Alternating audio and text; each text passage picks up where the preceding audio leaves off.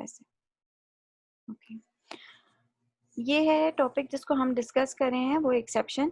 यहाँ पर एक जनरल सा प्रोग्राम लिखा हुआ है और प्रोग्राम के अंदर क्या हो रहा है, ये तो आपकी रही मेन क्लास और ये आपकी नेक्स्ट क्लास है जिसका नाम है EC1। EC1 के अंदर क्या चल रहा है कि आपने एक फंक्शन लिखा है, ये subroutine is also known as a function, function का नाम है सबरूटीन। ठीक, सबरूटीन के अंदर हो क्या रहा है कि आपने यूज किया है एक वेरिएबल जिसका नाम है डी और जिसकी वैल्यू है 0, राइट।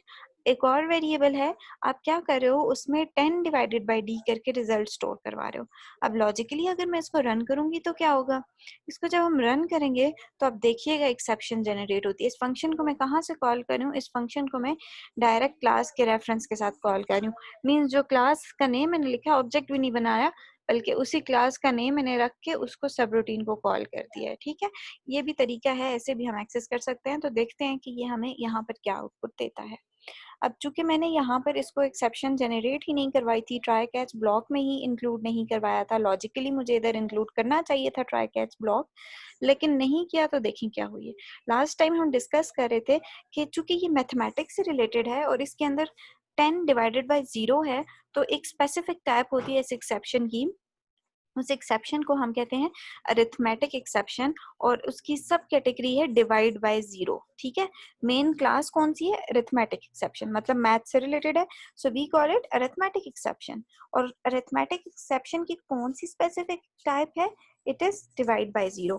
तो ये सारी एक्सेप्शन इन्होंने हमें कहाँ पर बताई है, ये देखें, arithmetic exception Java dot lang dot arithmetic exception, और उसके अंदर कौन सी है, डिवाइड बाय 0, ये डिवाइड का साइन है, राइट। अब उसने बताया भी है एग्जैक्ट के 20 लाइन है और उसके अलावा जो 13 लाइन है उनके अंदर एरर जनरेट हो रहा है। ठीक, और अब आपने इसको क्या करना है, आपने किसी भी तरह से इसको ट्राई कैच ब्लॉक के अंदर एग्जीक्यूट करवाना है। ठीक, ट्राई कैच ब्लॉक एग्जीक्यूट करने से पहले आप इसी तरह से एक और एक्सपेरिमेंट भी कर सकते हैं। यहाँ पर मेरा आपसे एक छोटा सा क्वेश्चन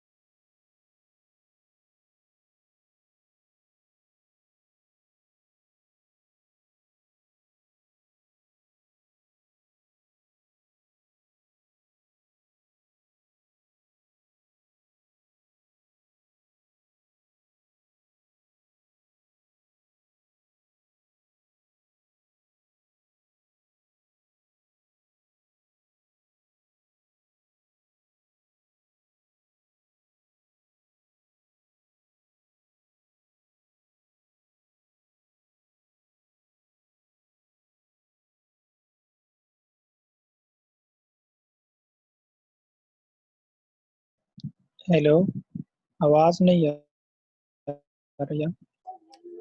ये प्रोग्राम है जिसके अंदर आपने वो सिचुएशन ढूंढनी है या वो ब्रेक पॉइंट ढूंढना है जहां पर पॉसिबिलिटी है किसी भी तरह की एक्सेप्शन जनरेट होने की।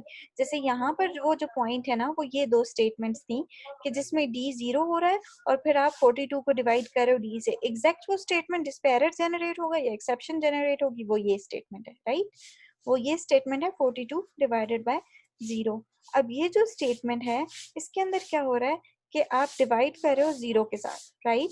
अब ट्राई ब्लॉक जब एग्जीक्यूट होगा कहाँ पर आएगा? एग्जैक्टली इसी स्टेटमेंट के बाहर आपने ये ट्राई ब्लॉक लगाना है। और कैच कहाँ पर आएगा? कैच उस ब्लॉक के खत्म होने के बाद। और कैच के साथ आपने मेंशन करना है कि यहाँ पर कौन सी एक्सेप्शन आएगी। तो वो जो एक्सेप्शन आएगी वो होगी अरिथमेटिक एक्सेप्शन। इसी तरह दूसरी एक्सेप्शन एक होती है array index out of bound exception. बाज़ वक़्त प्रोग्राम में वो सिचुएशन होती है कि उसके अंदर अरिथमेटिक वाला प्रोग्राम भी यूज होता है और कोई एरे भी डिक्लेयर होता है। अगर कोई एरे डिक्लेयर हुआ है ऐसा जिसके अंदर आपने साइज डिक्लेयर किया है, एरे का साइज 5 है, लेकिन आप जो वैल्यू एक्सेस करना चाह रहे हो वो है 10th वैल्यू। तो 10th वैल्यू को जब आप एक्सेस करोगे तो वो आपको एरर देगा, और वो कौन सा एरर होगा? वो एक्सेप्शन एरर होगा, और उसका नाम क्या होगा? उसका होगा array index out of bound. Index out of bound का मतलब ये है कि जो आप इंडेक्स एक्सेस करना चाह रहे हो या जो आप वैल्यू एक्सेस करना चाह रहे हो वो आउट ऑफ बाउंड्रीज लाई जा रही है, यानी उस बाउंड्रीज के से बाहर है जिसके अंदर ये एक्सेप्शन जिसके अंदर ये एरे डिक्लेयर हुआ। लाइक आपने 5 साइज का डिक्लेयर किया है और आप एक्सेस करना चाह रहे हो 10वां size, so obviously it will generate an exception. और वो एक्सेप्शन कौन सी होगी? वो होगी array index out of bound exception, वो आप इधर मेंशन करोगे। फिर there are some scenarios in which there may be multiple type of exceptions. ठीक है, कोई ऐसा केस हो सकता है जिसमें program multiple types of exceptions को जनरेट करे। उस केस में आप एक से ज्यादा कैच ब्लॉक लिख सकते हो। जैसे यहाँ पर ये कैच ब्लॉक है, इसी के बाद एक और नेक्स्ट कैच ब्लॉक होगा।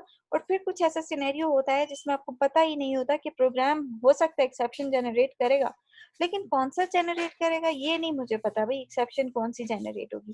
तो उस केस में आप सिंपली यहाँ पर पेरेंट क्लास मेंशन कर देते हो जो कि एक्सेप्शन है, और वो हर तरह की एक्सेप्शन क्लास को हैंडल कर लेती है, राइट।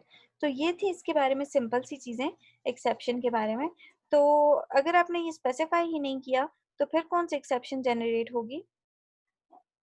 अब वो आपको बता रहा है जब हमने एक्सेप्शन का ट्राई और कैच ब्लॉक मेंशन किया है तो फिर क्या हुआ कि जो रन हुआ प्रोग्राम, तो ट्राई के अंदर जाएगा, this will not be printed, नहीं प्रिंट होगा। क्यों? क्योंकि 42 डिवाइडेड बाय 0 जैसे ही एग्जीक्यूट हुई है ये लाइन, तो इसने एक एरर दिया है, ठीक है। और ये एरर इसने जब दिया है तो फिर उसके बाद क्या हुआ है कि ये वाली लाइन स्किप हो गई है। ट्राई ब्लॉक के बाद इसके नीचे जो भी होगा वो सब स्किप हो जाएगा और वो ऑटोमेटिकली जंप करेगा कैच ब्लॉक में। और प्रोग्राम कैश नहीं हुआ, वो आपको सिर्फ रीजन बता रहा है। आपने system dot out dot print LN के अंदर जो भी रीजन स्पेसिफाई किया है सिर्फ वही रीजन आ जाएगा, और वो रीजन आपने लिखा है डिवीजन बाय 0। फिर उसके बाद आपने यहाँ पर उस कैच के बाद भी जो भी प्रोग्राम होगा वो सब एग्जीक्यूट होगा। अब इसका फायदा ये हुआ कि प्रीवियसली जब आपने ट्राई कैच मेंशन नहीं किया था तो इस स्टेटमेंट पे आके एरर एग्जीक्यूट हुआ था, सॉरी एक्सेप्शन जनरेट हुई थी और उसके बाद वाला सारा कोड इग्नोर हो गया था।